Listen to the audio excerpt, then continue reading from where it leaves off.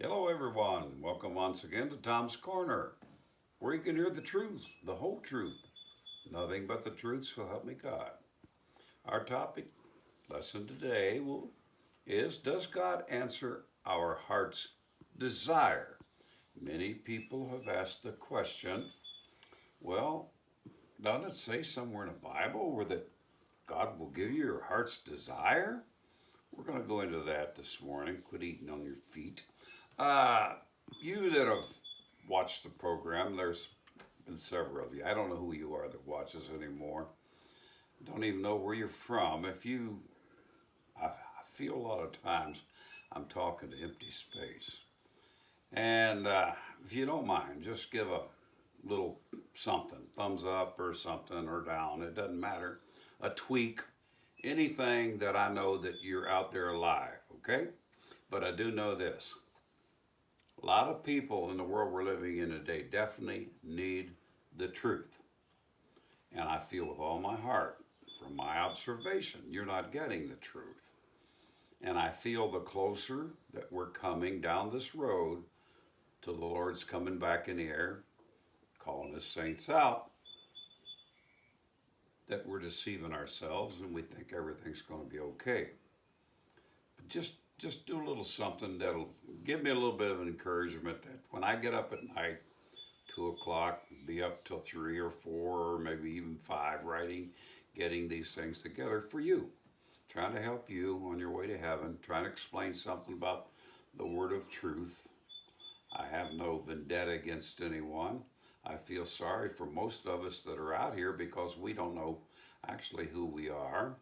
We each one has a calling in life, and majority of us do not know the calling that we have. We need to seek God's face and find out what that calling is. God didn't place you on this earth as the last end time generation because we are the baby boomers are the end time generation. Sure, people will continue on, but what I'm saying is when God calls his people out, he's going to call out end time generation people are the baby boomers. Okay? Now, if you don't understand that, I can't help you. You've had lessons I've been teaching on for a long time now. I hope I brought something to some of you that kind of enlighten your heart, something that will help you prepare yourself for the world tomorrow. Now, Psalms chapter 37, verse 4. Number 4 says, Delight thyself also in the Lord, and he shall give thee the desire of thine heart. Number 5, commit thy way unto the Lord. Trust also in him, and he shall bring it to pass. And by the way, we have a new addition to the family. Her name is Dolly, and you might see her pogoing into the picture every now and then. And she's quite a case, I should say. And we're old now, and we're not used to that. But anyhow, my wife rescued Dolly, and so Dolly is starting to become part of the family. Would you kind of show the camera over and show Dolly, please? That's Dolly. That's a cute little dog. Bolly's a muddy mess right now. But She that loves dog mud is a roll dog. holes. Yeah, she does. Now that we've gotten over that, and there won't be no shock to you. Number 5, commit thy way unto the Lord. Trust also in him, and he shall bring it to pass. All right, are you ready? Now remember, I just told you number 4 right above that, and shall give thee the desires of thine heart. Delight in him. Delight thyself. Okay. Number 6, and he shall bring forth thy righteousness as the light, and thy judgment as the noonday.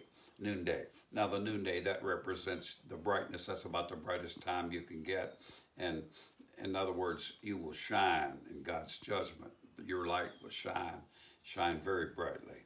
Number 7, rest in the Lord and wait patiently for him. Fret not thyself because of him who prospereth in his way, because of the man who bringeth wicked devices to pass. Okay, now here, a lot of people take verse 4 and twist it. This verse does not apply to your selfish gains or the lust of your heart. Doesn't apply to that.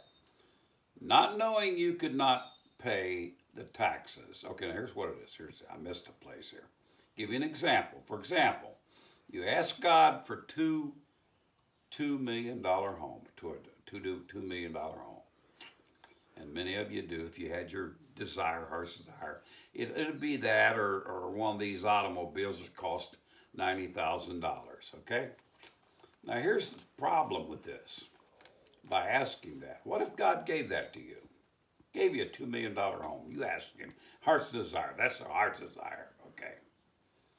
Now, you ask for that, and you don't even know the fact that you could not even pay the taxes on that property, okay? So God gave you a $2 million home, you couldn't pay the taxes. Do you understand what I'm saying? You'd lose it, just like that. It's gone, because you couldn't do it.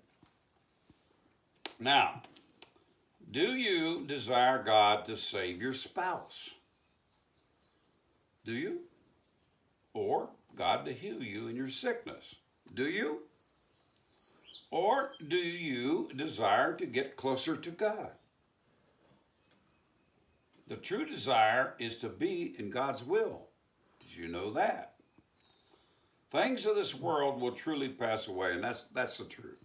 And the truth is this. I used to get involved in getting some of these old-timey cars and redoing them, make them look brand new again. And guess what would happen? You know what bothered me the most?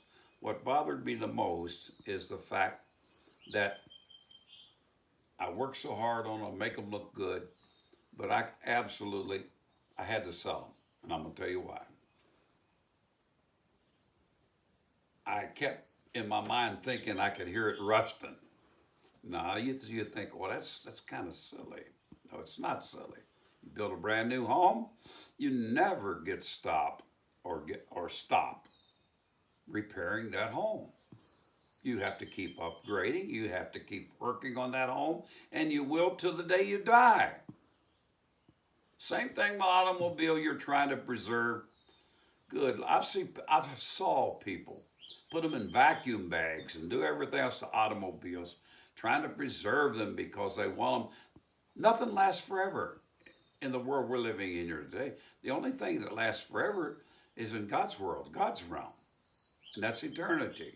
And we don't even have an idea what eternity is, because all we see is everything dying. We see it come up and we see it go down in our world, our realm, okay? Now, I remember when I had no job one time and I could not pay the upcoming electric bill, even though it was less than $100. This was years ago. Less than $100, but I had no money. I had no way of getting money. Couldn't figure it out. My heart's desire was to pay this bill. Now, I realize in the world we're living in today, we don't have that kind of heart. We don't care. Let the bill go on and on and on and on and on. Our mindset's totally changed, people. And the thing of it is, here's the thing. I'm going to tell you, God heard my heart's desire. And he opened up a way to where I could pay that bill. Or when my family needed food. And we've had times to we had needed food. We didn't starve out, but we needed food. Had no way. Couldn't see a job. I did not have a job. And my heart's desire was to feed my family. That's heart's desire. My family. This is physical things I'm talking to you about right now. How that God does answer those. Okay? God don't answer your heart's desire if you're married to a woman and everything and you want another woman. God don't grant that kind of stupid desire. So if you think you're going that direction, you might as well can that thing. And if God did give you that desire and you had lust for someone out there and you said, I want to be with that person, guess what? By the time you got through with that lust that you wanted to go into. You'd be begging and crawling back to the home you used to have. Okay, this is us. We're human beings. And we do have lustful desires. That's a fact of life. We do have that. We lust for money. We lust for men, women, whatever you want to say, it's out there. We do that. We lust that way. We lust for praise. We lust for power. Do we not? We're human beings. This is what the flesh wants. But you've got to overcome the flesh. The only way you're going to do it is through Christ. I'm just telling you. Okay. I'll tell you something else. Nowadays, electric company fixture. Used to be, when it come up, especially people on some kind of governmental supplemental or whatever, they would let the bill go by for 3 months in the winter and wouldn't pay it, see, because they knew the trick. And the trick was they would get welfare to completely pay that $4,000 electric bill. And so every year they'd pull that stunt. Well, they can't do it anymore. You know why? The first day after you did not pay your bill now, they put those little white things up on the pole. And people are finding this out the hard way. All of a sudden, whoop, and you're going, what's going on? What happened? Nowadays, they throw a switch in Cincinnati. Your electric goes off in West Virginia. You didn't pay your bill. And then you have to pay a reinstatement bill. You see what I'm talking about? And no one even touches the pole. So you can't play that trick anymore. Terrible, isn't it? That's how our mindset is today. We're out to get gain. We want to get gain on the government. We want to get gain on other people. And this is what people do today. And their hearts are not right. And I see this, but a lot of them claim to be Christians, which are, they're liars. They're not Christians when you do that, okay? You deceive yourself. Many of you shall come to God and say, Lord, Lord, haven't I cast out devils in your name? That's your TV programs. Did you know that? Lord, didn't I cast the devils out in your name? What did he say? Depart from me, you workers of iniquity. I never knew you. Wait a minute. God never knew them? No, they're not his. At least Judas Iscariot could stand up and say, well, Lord, I did cast out those devils. And the Lord would tell him this if he had to speak to him about this, or if he asked about it. Yes, you did. You healed the sick, even had the ability to raise the dead. But the problem was Judas couldn't come back to Christ. Did you know that one? You know why? He knew who Christ was completely. And then Satan deceived him. And by deception, Satan entered him. By entered him, that canceled any way in the world he could ever come back. That's why he threw the money down. He was sorrowful, wept bitterly, went away, and what did he do? He hung himself. All right, let's go on. Okay, now, God heard my heart's desire, and you know what God did for me? He opened up a way where I could work, and I could put food on the table. Yes, he did. In verse 7, it tells us to relax, not worry, and not to think about those who seem to prosper and don't deserve it. Don't be selfish in your desires. There are others in this world who need help more than you. Pray for them first. God will surely answer your desires. Sometimes God will place on your heart to bless and help someone else beside yourself. When you do this, you are helping God to answer the desires of someone else. Okay? By doing so, God will answer your heart's desire. I remember a woman who had a desire to have a child one time. Oh yes, she wanted to have a baby boy so bad. And God answered her. God actually answered her heart's desire. And what happened was, is after she had her son, She didn't give a squat about him. Didn't care. When he went to school, so she wouldn't be bothered with him, she Dramamine him up. In other words, made sure he had dope every day. The poor boy begged, Mom, it just makes me feel funny. I don't feel right. I don't like taking this medication. Didn't matter to her. She didn't want to fool with him. Sometimes God answers your prayer. But you know what? You that do these crazy things, God's going to judge you. Be careful what you desire. Okay? Sometimes what you ask for may bite you in the end. I remember in the Bible tells me very plainly that a woman was barren and she prayed to God. And you know what she did? She dedicated her son to God. And at a certain age, she presented God to the temple. Samuel was one of them. And he was a great man of God. But that's what God wanted. God wanted someone to come in. And yet today we're going through the motion and this abortion issue. They're right now on the cusp of being able to kill the baby right after it's born. I'm going to tell you something. Our United States and what our president's doing has brought tremendous judgment upon us. And I'm going to tell you something. Very shortly, we're going to pay for those bad mistakes. Bad mistakes.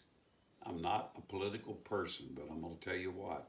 How can you, with a perfect heart, a perfect Christian heart, go to a party that willingly wants to destroy babies, willingly wants to see perversion in people's lives, willingly cannot even stand up and say whether a man is a man or a woman is a woman, okay?